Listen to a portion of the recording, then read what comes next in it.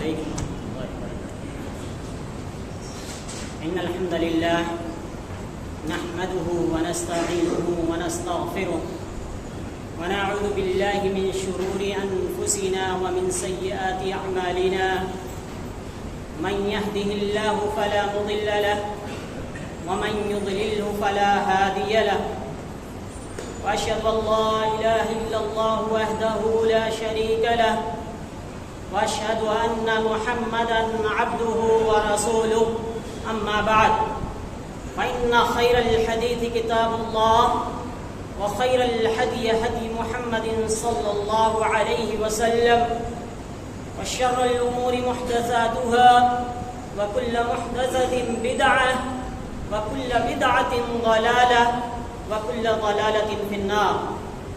فأعوذ بالله من الشيطان الرجيم. بسم الله الرحمن الرحيم. وأنكحوا الأيام منكم والصالحين من عبادكم وإمائكم إن يكونوا فقراء يغنهم الله. وقال النبي صلى الله عليه وسلم إن العبد ليحرم الرزق بالذنب يصيبه أو كما قال صلى الله عليه وسلم. وقال تعالى في موضع آخر فطرة الله التي فطر الناس عليها لا تبديل لخلق الله. حاضرین جمعہ، بزرگان دین، دینی ملی بھائیوں، عزیز طلبہ، خواتین اسلام، فطرت سے بغاوت وہ فطرت جس پر کہ اللہ تعالیٰ نے تمام بنی نوع انسان کو پیدا کیا ہے،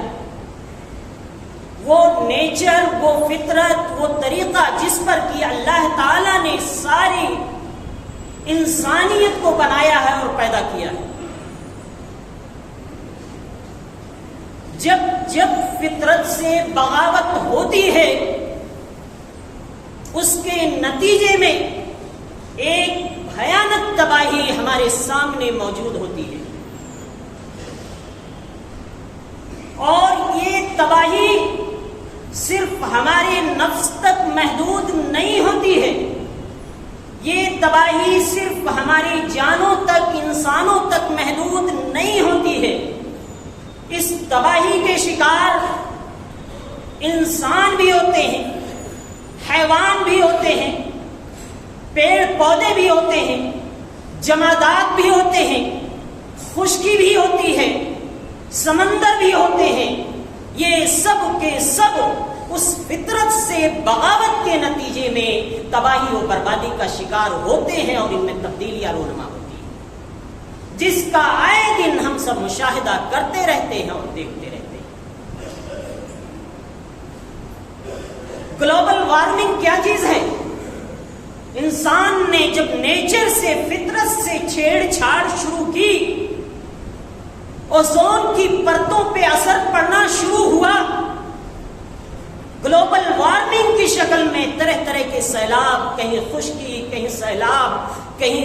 قحط سالی، کہیں لوگ بھوکوں سے مر رہے ہیں، کہیں سیلاب سے مر رہے ہیں.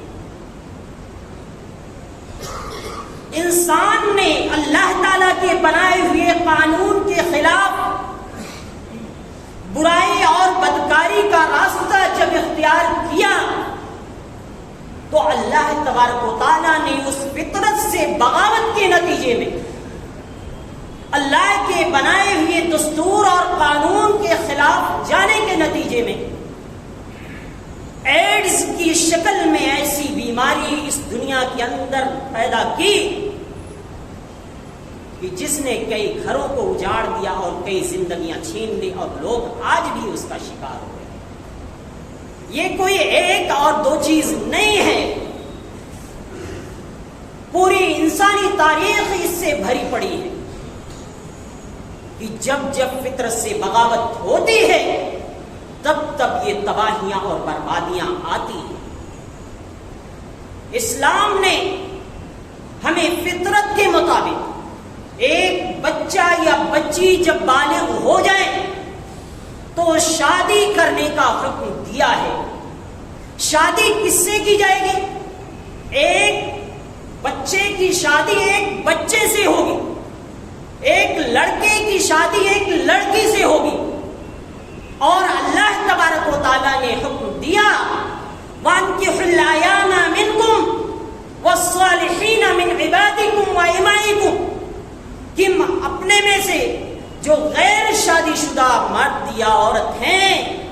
بچے یا بچیاں ہیں، ان کی شادی کرو، نکاح کرو، اور تمہاری جو غلام یا نوکر چاکر ہیں یا لوڈیاں ہیں، صالح اور نیک ہیں، پاکیزہ ہیں، پاک دامنی کے راستے پر چلنا چاہتی ہیں، تم ان کی بھی شادی کرو۔ إِن يَكُونُوا فُقَرَاءَ يُغْنِهُمُ اللَّهُ مِنْ فَضْلِهِ اگر وہ محتاج ہوں گے، مسکین ہوں گے، فقیر ہوں گے، اللہ تبارک و تعالیٰ اپنے فضل سے، اپنے کرم سے ان کو مالدار بنا دے گا، انہیں بے نیاز بنا دے گا۔ رزق دینا ہمارا کام نہیں ہے کہ ہم کیریئر کے نام پر اپنے بچوں کو بے حیائی کے راستے پہ ڈال دیں۔ روزے ہم نہیں دیتے ہیں کہ کیریئر کے نام پر اپنے بچوں کی شادیاں روک کر کے ان کو بڑھاپے کی عمر تک پہنچا دیں، اپنی بچیوں کو جلنے کے لیے چھوڑ دیں، اپنے بچیوں کے خواہشات کو دبا کر کے غلط راستے پر ڈال دیں۔ اس کی ہمیں پتہ نہیں اجازت ہے۔ اللہ تبارک و تعالیٰ رزق دینے والا ہے، روزی دینے والا ہے، کیریئر بنانے والا وہی ہے۔ کہتا ہے إِن يَكُونُوا فُقَرَاءَ يُغْنِهُمُ اللَّهُ مِنْ فَضْلِهِ اگر وہ محتاج ہوں گے، فقیر ہوں گے، اللہ تبارک و تعالیٰ اپنے فضل سے، اپنے احسان سے ان کو بے نیاز کر دے گا، مالداری عطا کر دے گا۔ رسول اکرم صلی اللہ علیہ وسلم نے فرمایا کہ اللہ تبارک و تعالیٰ 3 طرح کے لوگوں کی لازمی مدد کرتا ہے، ان میں سے ایک شخص الناکح الذی یرید التعفف، وہ شادی کرنے والا جو شادی اس لیے کر رہا ہے تاکہ برائی سے بچ کر سکے اور پاکیزگی کے راستے پر چل سکے۔ یہ ہمارے لیے لازم اور ضروری ہے۔ ہمارا کیریئر یہی ہے۔ کیریئر صرف یہ نہیں کہ تعلیم حاصل کر کے اونچے عہدے پر فائز ہو جائے، کیریئر صرف یہ نہیں کالج میں پڑھ کر اونچی ڈگری حاصل کر کے ہم ڈاکٹر، انجینئر بن جائیں، کیریئر صرف یہ نہیں ہے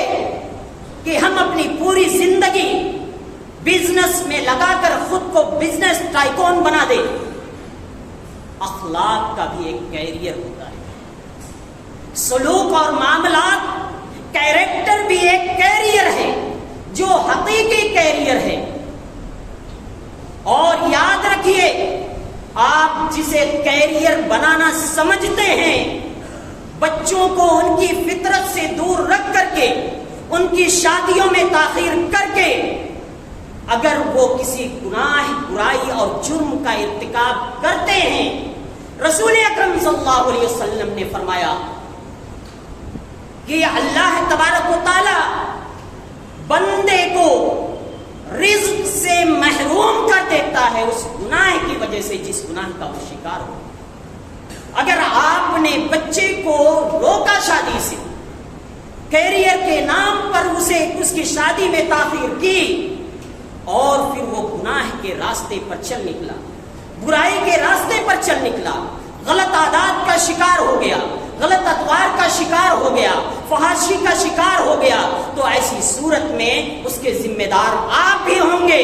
جرم میں آپ برابر کے شریک ہوں گے، کیونکہ اللہ تبارک و تعالیٰ نے حکم دیا ہے قوا انفسکم واہلیکم نارا وقودها الناس والحجارہ، اپنے آپ کو، اپنے اہل و عیال کو جہنم کی آگ سے بچاؤ جس کے ایندھن انسان اور پتھر ہیں۔ لہذا اگر ہم نے نہیں بچایا کیونکہ ہماری ذمہ داری تھی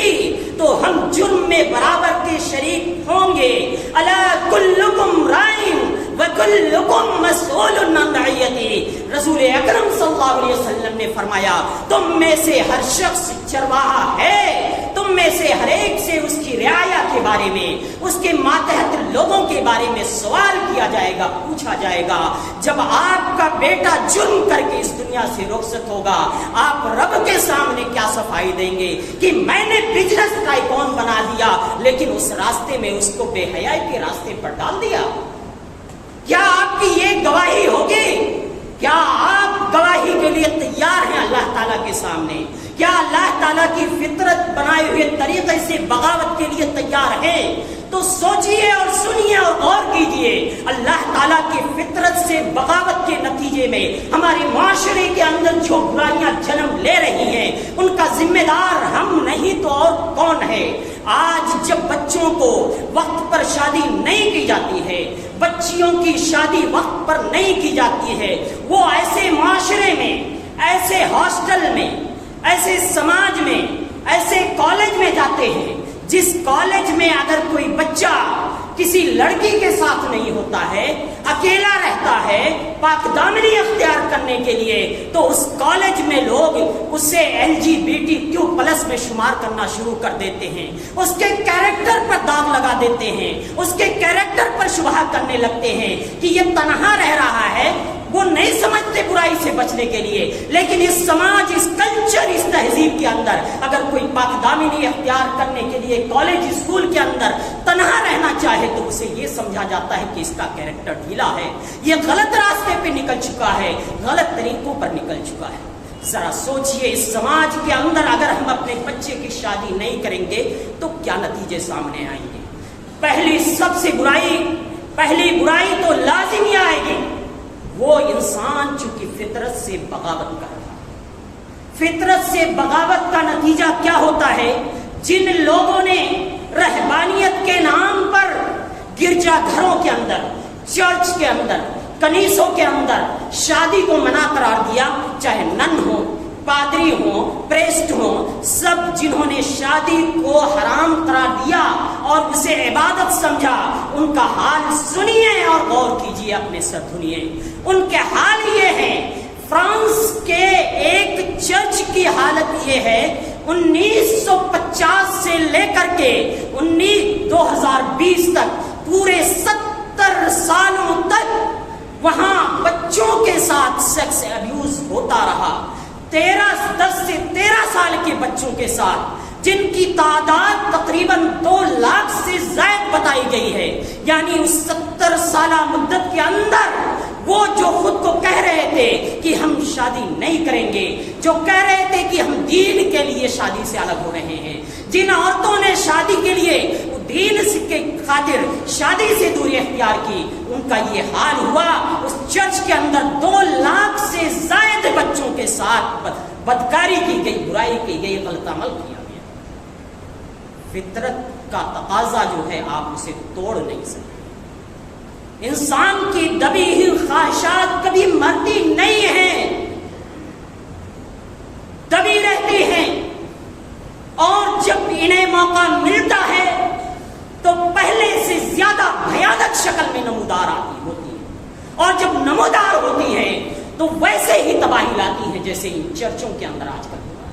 یہ صرف فرانس کی بات نہیں ہے، کینیڈا ہو، US ہو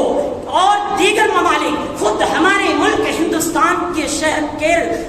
کیرلا کے اندر بھی یہ معاملات پیش آئے، چرچوں کے اندر جنہوں نے شادی کو منع کیا تھا، وہاں کی نن نے، وہاں کی جو عورتیں تھیں، شکایت کی کہ یہ جو شادی کے نام پر کہ ہم شادی نہیں کریں گے، تنہا رہنے کا دعویٰ کرتے ہیں، یہ حقیقت میں عورتوں کے ساتھ زیادتی کرتے ہیں۔ یہ جو گفائیں ہیں، یہ جو ڈھونگی بابا ہیں، جو بالکل شادی سے الگ ہونے کا دعویٰ کرتے ہیں، ہزاروں کیس پڑے ہوئے ہیں، ان کے مقدمات چل رہے ہیں، کیونکہ انہوں نے فطرت سے بغاوت کی، اور فطرت سے جب بغاوت ہوگی تو اسی طرح کی برائیاں جنم ہوں گی۔ یا تو یہ لیسبین بنیں گے، یا گے بنیں گے، بائی سیکسول بنیں گے، ٹرانسجینڈر بنیں گے، طرح طرح کی بیماریوں کے اور لت کے شکار ہوں گے۔ ایک بچے کی جب شادی نہیں ہوگی، اگر وہ بہت ڈرنے والا ہوگا نتیجہ کیا کرے گا؟ یا تو وہ جا کے ماسٹربیشن کرے گا یا مشتری کرے گا، نتیجے میں اپنے سیکسول لائف کو تباہ کر دے گا، اپنے زندگی کو تباہ کر دے گا،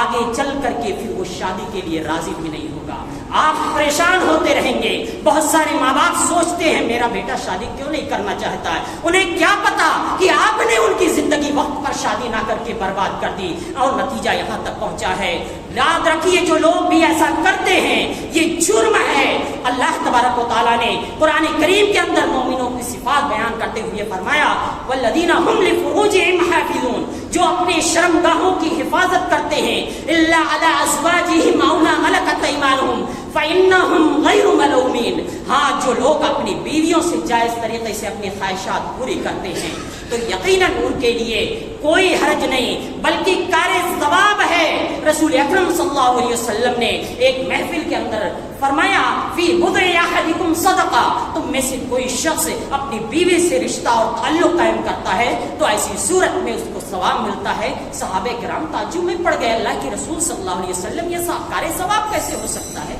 ہم میں سے کوئی شخص اپنی خواہشات پوری کرتا ہے، اپنی چاہت پوری کرتا ہے، یہ ثواب کیسے ہو سکتا ہے؟ رسول اکرم صلی اللہ علیہ وسلم نے فرمایا یہ بتاؤ اگر یہی کام غلط طریقے سے کرتا تو کیا وہ گنہگار نہیں ہوتا؟ آپ نے صحابہ نے کہا بالکل گنہگار ہوتا۔ تو ایسے ہی رسول اکرم صلی اللہ علیہ وسلم نے فرمایا اگر وہ برائی سے بچنے کے لیے ایسا کرتا ہے یقیناً اسے ثواب ملے گا، وہ ثواب کا تو الا علی ازواجہم او ما ملکت ایمانہم فإنہم غیر ملومین فمن ابتغى وراء ذلك فأولئک هم العادون۔ اس کے علاوہ جو طریقے اختیار کیے جائیں گے، جو راستے اختیار کیے جائیں گے اپنی شہوات کے تسکین کے لیے، وہ سب کے سب حد سے تجاوز کرنے والے ہوں گے، اللہ تعالیٰ سے بغاوت کرنے والے ہوں گے، اللہ کی نافرمانی کے طریقے ہوں گے۔ جو بھی طریقے اختیار کیے جائیں گے یا تو وہ شخص یا تو وہ بچہ اس بیماری کا شکار ہوگا یا پھر یہ بن جائے گا جس کی سزا قرآن کریم میں اللہ تبارک و تعالیٰ نے قوم لوط کو یہ دی کہ 3 طریقوں سے ان کی سزا ہوئی۔ جو لوگ یہ غلط عمل کرتے تھے اور مرد سے اپنی خواہشات پوری کرتے تھے، نوح علیہ السلام نے کہا، قرآن کریم میں اللہ تعالیٰ نے ذکر کیا اتأتون الرجال شہوۃ من دون النساء، عورتوں کو چھوڑ کر کے تم غیر فطری طریقے سے آ کر کے مردوں سے اپنی خواہشات پوری کرتے ہو۔ اس قوم کے اندر اللہ تبارک و تعالیٰ نے جب عذاب بھیجا فجعلنا عالیہا سافلہا وامطرنا علیہا حجارۃ من سجیل، ہم نے اس بستی کو نیچے سے فرشتے نے اٹھایا لے جا کر کے پلٹ دیا، وامطرنا علیہا حجارۃ من سجیل، اور صرف پلٹا نہیں بلکہ آسمان سے پتھروں کی بارش کر دی۔ اس کے علاوہ بھی ایک عذاب آیا تیز چیخ کی شکل میں جس نے ان کو تباہ و برباد کر دیا، ان کے کان کے پردے تک پھاڑ ڈالے۔ یہ سخت عذاب آیا اس قوم پر جس نے مردوں سے بدکاری کی۔ ذرا سوچئے اگر میرا بیٹا، آپ کا بیٹا، آپ کے بچے اور بچیاں اس برائی کے شکار ہو رہے ہیں، آپ وقت پر کیریئر کے نام پہ شادی نہیں کر رہے ہیں، اس کا ذمہ دار کون ہوگا؟ کیا ہم اس جرم کے اندر شریک نہیں ہوں گے؟ کیا اس برائی کے اندر ہم شریک نہیں ہوں گے؟ یاد رکھیے رسول اکرم صلی اللہ علیہ وسلم نے ارشاد فرمایا کہ جب کسی قوم کے اندر بدکاری عام ہو جاتی ہے اور وہ علانیہ طور پر کھلا طور پر وہ برائی انجام دینے لگتے ہیں، الا فشا فیہم الطاعون والعوجاء التي لم تكن مضت في اسلافهم، تو اس قوم کے اندر طاعون جیسی بیماری آ جاتی ہے، ایسی بیماریاں آتی ہیں جس کا خواب و خیالوں میں بھی لوگوں نے سوچا نہیں تھا، تصور بھی نہیں کیا تھا، چاہے ایڈز کی شکل میں ہو، آتش کی شکل میں ہو، سوزات کی شکل میں ہو، گنوریا کی شکل میں ہو، اور طرح طرح کی جو بھیانک بیماریاں انسانی اعضاء کے اندر جنم لیتی ہیں، یہ فطرت سے بغاوت کے نتیجے ہی میں آتی ہیں اور جس سے انسان تباہی کا شکار ہوتا ہے۔ صرف مردوں کی بات نہیں، بچیوں سے برائی کرتی ہیں۔ رسول اکرم صلی اللہ علیہ وسلم نے ایسے لوگوں کی بھی سزا سنائی ہے۔ اللہ تبارک و تعالیٰ نے رسول اکرم صلی اللہ علیہ وسلم نے فرمایا من وجدتموہ یعمل عمل قوم لوط فَاقْتُلُوا الْمَفَاعِلَ وَالْمَفْعُولَ بِهِ، جسے تم قوم لوط جیسا عمل کرتے دیکھو تو کرنے والے کو بھی اور جس کے ساتھ کیا جا رہا ہے ان دونوں کو قتل کر دو۔ صحابہ کرام میں سے کوئی بھی ایسے صحابی نہیں ہیں جنہوں نے ان کے قتل کا فتویٰ صادر نہ کیا ہو۔ خالد بن ولید رضی اللہ تعالیٰ عنہ ایک موقع پر نکلتے ہیں اور ابو بکر صدیق رضی اللہ عنہ کے دور میں آپ کے پاس خط لکھتے ہیں کہ عرب کے بعض علاقوں میں ایسے لوگ موجود ہیں جہاں پہ مرد سے نکاح کرتے ہیں۔ آپ نے تمام صحابہ کرام نے مل کر کے یہ فتویٰ دیا ایسے لوگوں کو زندہ جلا دیا جائے، لہذا ہم سب کو زندہ جلا دیا گیا۔ یہ حکم صادر کیا گیا خلافت کی طرف سے اور ایسے لوگوں کو قتل کر دیا گیا۔ یہ اتنا عظیم جرم، یہ فطرت سے بغاوت جب ہوتی ہے تو اس طرح کے جرائم وجود میں آتے ہیں۔ اور یہی نہیں، اللہ رسول اکرم صلی اللہ علیہ وسلم نے لعنت فرمائی ہے ان لوگوں پر انتر المرأۃ عورت المرأة کہ کوئی عورت کسی عورت کی شرمگاہ کو دیکھے، یا ان تفضی المرأة الى المرأة في الثوب الواحد کہ ایک عورت دوسری عورت کے ساتھ ایک کپڑے میں رہے، ایک کپڑے میں سوئے، ایک ساتھ سوئے، ایک کپڑے میں لپٹ کر کے۔ رسول اکرم صلی اللہ علیہ وسلم نے ایسے لوگوں پر لعنت بھیجی ہے۔ وہ لوگ جو مردوں کی شکل اختیار کرتی ہیں وہ عورتیں، یا وہ مرد جو عورتوں کی شکل اختیار کر لیتے ہیں، ان کے بارے میں رسول اکرم صلی اللہ علیہ وسلم نے لعنت بھیجی ہے۔ رسول اکرم صلی اللہ علیہ وسلم کا ارشاد ہے لعن رسول اللہ صلی اللہ علیہ وسلم المتشبہین من الرجال بالنساء کہ رسول اکرم صلی اللہ علیہ وسلم کی لعنت ہے ان لوگوں پر جو عورتوں کی صفت اختیار کرتے ہیں، ان کی شکل و صورت اختیار کرتے ہیں۔ اور والمتشبہات من النساء بالرجال، ان عورتوں پر بھی لعنت ہے جو مردوں کی شکل و صورت اختیار کرتی ہیں، اب چاہے اپنا جینڈر چینج کرائیں یا کسی اور شکل میں اپنی خواہشات پوری کرنے کی کوشش کریں، یہ سب کے سب لعنت کا سبب ہیں، تباہی و بربادی کا سبب ہیں۔ آپ کی زندگی، آپ کے عاقبت، آپ کے آخرت کو تباہ و برباد کرنے کے لیے کافی ہیں۔ رسول اکرم صلی اللہ علیہ وسلم نے ہمیں اور آپ کو اس کی وضاحت کر دی، ہمیں بتا دیا ہونا تو یہ چاہیے کہ ہم اپنے بچوں کے وقت پر شادیاں کریں تاکہ وہ برائی سے بچ سکیں۔ اسلام نے جو شادی کا حکم دیا جہاں پر اس کا فائدہ یہ ہے کہ ایک انسان برائیوں سے بچا رہے گا، وہیں پر معاشرے کے اندر اس کی وجہ سے ہونے والی بیماریاں بھی پیدا نہیں ہوں گی۔ اس کا فائدہ یہ ہوگا نسل کی حفاظت ہوگی تاکہ نسل کا اختلاط نہ ہونے پائے۔ ایک انسان جب شادی کرتا ہے اس کے سر پر ذمہ داریاں آتی ہیں، وہ احساس کرتا ہے، آپس میں محبت و مودت کی ایک فضا، آپس میں ایک دوسرے سے پیار کی فضا قائم ہوتی ہے اور رشتے اور خاندان جڑتے ہیں، نہ کہ لیو ان ریلیشن کی اجازت دیتا ہے، جسے ہم اور آپ نے شادی سے تو دور کیا، نکاح کو مشکل بنا دیا، جہیز کی لعنت سر پہ ڈال دی، جس کا نتیجہ یہ ہوا بچوں نے فحش کاری، بدکاری کے راستے اختیار کر لیے، لیو ان ریلیشن کا طریقہ اختیار کر لیا جس کی اجازت شریعت نے نہیں دی، جس کی اجازت اسلام نے نہیں دی۔ یعنی ہم نے شرعی راستے سے روکا، شریعت کے راستے پر روکا تو اپنے بچوں کے لیے برائی کے ہزار راستوں کو کھول دیا۔ اب اس برائی کا سبب، اس برائی کا ذریعہ اگر ہم بن رہے ہیں تو مواخذہ ہمارا بھی ہوگا، جواب دہ ہمیں بھی ہونا پڑے گا۔ یاد رکھیے، ایک انسان اس دنیا سے جب جاتا ہے، ایک انسان جب دنیا سے رخصت ہوتا ہے تو ایک انسان کے پاس تین چیزیں ہوتی ہیں، اس کے ساتھ تین چیزیں ہوتی ہیں، اس کے اہل، اس کے مال اور اس کا عمل۔ مرنے کے بعد اولاد اور مال اس سے الگ ہو جاتا ہے۔ وَيَبْقَى مَعَهُ وَاحِدٌ، اس کے ساتھ صرف اور صرف ایک چیز بچتی ہے، عمل، صرف اس کا عمل بچتا ہے۔ اگر ہم نے اپنے بچوں کو بدکاری کے راستے پر شادی سے روک کے ڈالا ہے، اگر ہم سبب بنے ہیں، ہم سے بھی سوال ہوگا، ہم سے بھی پوچھا جائے گا۔ ذرا سوچئے قبر میں جب سوال ہوگا، اسے قیامت میں سوال ہوگا کہ دنیا میں تم نے کیا کیا تھا، تو کیا وہ یہ جواب دے گا کہ میں ایک ڈاکٹر بن گیا تھا، انجینئر بن گیا تھا، میرے والد نے ڈاکٹر اور انجینئر بنا دیا، بزنس ٹائکون بنا دیا، لیکن ساتھ میں نے بدکاریاں خوب کی، میں یہی عمل لے کر کے آیا ہوں،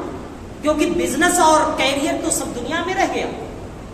عمل جو لے کر آیا ہوں وہ زناکاری اور بدکاری، لواطت اور سحاق، لیسبین اور گے کی شکل میں بن کے آیا ہوں، کیا وہ قیامت میں کل قبر کے اندر وہ یہ جواب دے گا؟ کیا ہم اپنے بچوں کے لیے اس جواب کے لیے تیار ہیں؟ اگر نہیں ہیں تو ہمیں اپنی سوچ بدلنی ہوگی، اپنے طریقے بدلنے ہوں گے، نکاح کو آسان بنانا ہوگا اور نکاح کے راستے میں آنے والی رکاوٹوں کو دور کرنا ہوگا، تاکہ ہمارے بچے پاک دامنی کی زندگی گزار سکیں، صحیح راستے پر چل سکیں، شریعت کی نافرمانی نہ ہو۔ یاد رکھیے ہم جس نعمت کے دھوکے میں شکار ہیں، رسول اکرم صلی اللہ علیہ وسلم نے بیان فرمایا، قیامت کے دن ایک جہنمی کو لایا جائے گا، جہنمی ایسا ہوگا دنیا کے اندر بہت زیادہ ناز و نعمت میں رہا، بہت عیش و آرام کیا ہوگا،